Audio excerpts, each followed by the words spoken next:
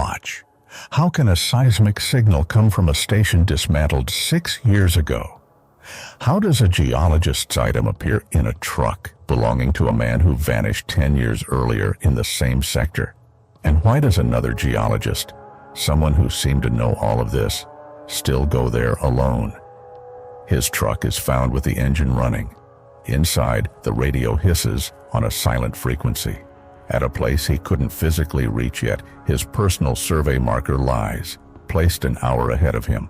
And the final audio extracted does not capture his living voice, but a strange, lifeless reconstruction. What would you do if you were there too, in total darkness, and heard your own voice coming from the past? Owen Mills was 36. He was both a genius and a problem for the Park Service. A former military signalman rumored to have been asked to leave the Air Force for unauthorized experiments with abandoned satellites. He was obsessed with ghosts in the ether, residual signals, dead frequencies, and glitches others simply dismissed as noise. Colleagues nicknamed him the Ghost Hunter. He could sit for hours, listening to static, claiming to hear patterns within. He rarely asked for joint patrols. Few wanted to work with him. He broke protocols, strayed from routes if tracking an anomaly, and trusted old paper maps more than modern GPS. Management tolerated him for one reason. He could fix sensors in places others feared. He wasn't reliable. He was a gambler who bet he knew the anomaly better than it knew him. That night, Owen's replacement was late. The base was understaffed. Logs show when Owen got a strange seismic reading, he didn't wake anyone, didn't wait for a team. He studied the data for minutes, matching it with something on an old paper map, then stood, grabbed keys, and left. The signal was anomalous, too pure for a natural shock, yet carried a unique clarity Owen recognized from old training. His last transmission was calm. Entering Old Service Road. Signal may drop. We'll stay on main channel. You'd think he was headed somewhere familiar, but the 2004 map showed the area Owen traveled to was neither active nor safe. At 4:30 a.m., his work truck, Ford Bronco, was found open. Engine idling, headlights off, driver's door slightly ajar.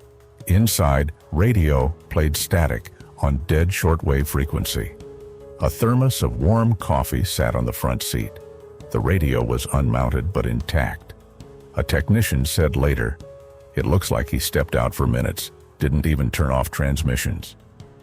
Yet the parking brake was on, and the truck was in neutral. If Owen was rushing, he'd forget one thing. Here, everything obeyed a script, except the driver, who was missing. The truck was found in what locals called the Whispering Valley, an unstable thermal basin changing constantly. Steaming fumaroles hissed, mud-spitting griffins gurgled, and the ground crust above boiling water was thin. The air smelled sharply of sulfur. No official paths, no watch posts. Only remnants of a concrete foundation from an old geothermal station, WVU-3, twisted, half-sunken into the earth. No other signs near the truck. No Owen tracks, no struggle, no broken branches. Soft, damp soil held only his tire marks. It was silent, like sound didn't bounce here, but sank into the ground. WVU-3 was built in 1978 to monitor Yellowstone caldera activity, a small outpost filled with pressure, temperature, and seismic sensors. In 1998, after steam bursts made the station approach dangerous, it was mothballed. The official report stated equipment was dismantled, power lines cut, and the site declared hazardous. Since then, the station existed only on old maps and in archives. A ghost, a historical footnote. No current staff had been there. It was too deep in an unstable zone, and complete removal was too costly. But it was from this location that the alarm signal came that fateful night. Owen Mills's name wasn't the first missing in this sector. As the place of disappearance was revealed, the archives promptly revisited a decade-old case. In autumn 1994, in the same thermal basin, Dr. Ari Stern vanished without trace. Lead geologist of the Vesuvius project. He went to check sensors after minor tremors, and never returned. His vehicle was found running. Neither stern nor his gear was ever found. The case was closed after 3 years, ruled an accident, likely sinking into a thermal spring. No body recovered, fate unresolved. Now, ironically and frighteningly, his story repeated in grim detail. On examining Owen's truck glove box, which had been oddly shielded inside with foil, something connected the two disappearances directly. An empty cover of a waterproof field notebook. Alone, it meant little, if not for the initials embossed inside, AT. This was Stern's notebook cover. How did it end up in Owen's truck 10 years later? On the back, faint pencil scratches read, "Pressure, lie, go by canal." The phrase matched Owen's route. He was headed to the station, but his track showed he searched for something else. A canal, not on any map. Apparently he knew he had to go under the station, not to it. A search of Owen's workroom showed obsession. Vesuvius Station and Stern's disappearance. Pinned to the wall, an enlarged topographic map of the thermal basin. Old station area crowded with pencil marks, dates, symbols, and numbers resembling frequencies. Nearby lay printouts of old project reports, which he apparently pulled from the archive. He had circled several phrases, including warnings of signal instability and repeating echoes of unknown origin. It was clear to Owen this was no false alarm.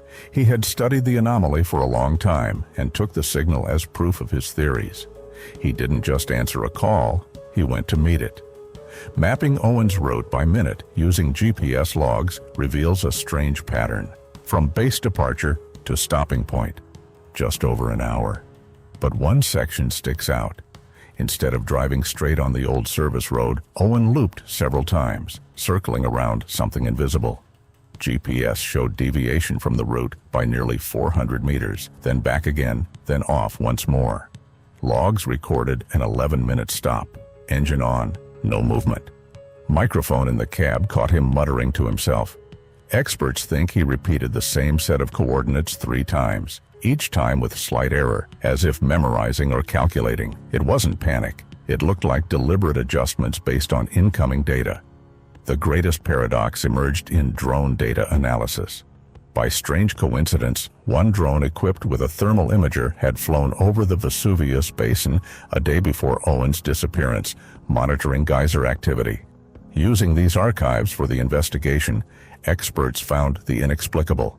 In drone imagery above the Vesuvius station, where its foundation once stood, was a perfectly circular cold spot, about 10 meters across. The temperature there was nearly 20 degrees lower than surrounding areas, physically impossible in an active thermal basin. When searchers arrived after the disappearance, the entire foundation area had been hot, as expected.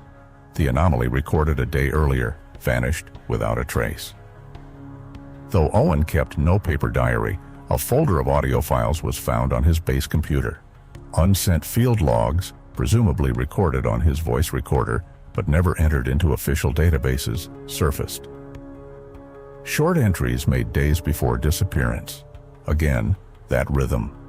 3 quick pulses, 1 long. Like a seismic echo, but arriving at regular intervals as if scheduled. The source signal drifted, coordinates shifting several meters each hour. The last entry read, "Received response. It's not seismic. It's a sequence. A clear, repeating pattern. It doesn't reflect. It answers." This proved Owen didn't just study the anomaly. He communicated with it. On the night he vanished, he apparently received the answer he sought. Owen's truck radio was tuned to a dead shortwave frequency. Only uniform static streamed through the speakers. At first, no one thought it significant, but one technician recorded the noise and ran it through spectral analysis. What he found changed the investigation's perspective. Deep in the noise, just on the hearing edge, was a hidden signal. A monotonous synthesized voice, like an old text-to-speech program. The voice lacked emotion, repeating the same set of numbers, over and over. Not random digits, but geographic coordinates. The coordinates pointed not to the Vesuvius station ruins, but to a spot 100 meters north. Coordinates encoded in the radio signal led the search team to a place unmarked on any map. Beneath thick shrubbery, partially buried by earth and stones, lay a massive concrete hatch with a rusty valve. It was an entrance to a service channel, an old technical tunnel apparently used for underground station maintenance. Documents indicated it should have been sealed with concrete in 1998 when the station was decommissioned. Yet the hatch was intact. When the team struggled to open it, they found themselves inside a cold, stale airspace, not hot as expected in a thermal basin. At the entrance, on the first step of a rusty ladder leading down, lay a modern LED flashlight. Descending was risky, but a camera lowered on a cable showed the tunnel was in good condition. Concrete walls, cables running alongside, but most telling, traces. On thin dust and mineral deposits on the floor, fresh shoe tread marks appeared. They led deeper into the tunnel. The flashlight by the entrance was the same model issued to park rangers. It worked. Its battery was fresh. Someone had left it here very recently. But who and why? The tunnel extended underground for tens of meters, then branched off. The camera revealed a fresh scratch running along one wall, as if someone marked a direction. It felt as though Owen didn't go to the forest, or to the geyser valley, but right here, as though he knew this was where he might find shelter or answers. 50 meters inside, the team found another strange clue, a small orange flag pinned in a crack in the wall, a standard marker used by geologists like Owen to mark measurement points. His inventory number was visible, seemed like proof of his presence. But when the RFID tag built into the marker was scanned for inventory tracking, a temporal paradox emerged. The last recorded location of the flag was logged an hour before Owen even left the ranger station. He physically could not have placed it there. The flag appeared in the tunnel before its owner set out on his journey. The connection between Owen's disappearance and that of Dr. Thorne 10 years earlier, as well as the discovery of the secret tunnel, gave access to classified archives. It turned out the Vesuvius station was a cover. In reality, it was part of a secret military project, AID, which in the 70s studied the transmission of ultra-low frequency signals through magma layers for communication with submarines. The project was abruptly terminated. The official cause, unpredictable geological activity. But in a handwritten addendum from the project leader it read, "We recorded a response signal that is not an echo. Its structure shows signs of artificial origin. Recommend full suspension of activity and implementation of a silence protocol." Exactly 7 days after the first phantom seismic shock was recorded, it repeated. At the same time, the central server raised an alarm again. This time, the signal was different. Where the first had characteristics of a natural quake, with slight distortions and background noise, the second was perfectly clean. Too clean. It didn't look like an event replay, but its digital simulation, a flawless studio master. Waveform analysis showed a 99% match with the first, but stripped of all natural imperfections. It wasn't a repetition of the event. It was its rerun, as if someone hit replay. The full audio analysis from Owen's truck radio brought the final and eeriest discovery. After filtering out the synthesized voice repeating coordinates, technicians found another barely perceptible layer of sound. It was not noise or interference, but a whisper. A female voice, soft and emotionless, spoke quietly beneath the rest. He heard but did not comprehend. This was no accidental error or natural anomaly. It was a deliberate act. Someone controlled Owen's route, transmitted coordinates through the dead silence, and someone was there to witness the result. Owen Mills was never found.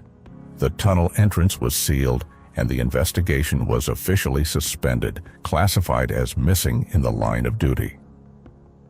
Months later, a newly installed permanent seismic sensor at the perimeter of the Vesuvius Basin recorded one last unclassified event. It was not an earthquake. The system captured a brief, complex sequence of low-frequency vibrations.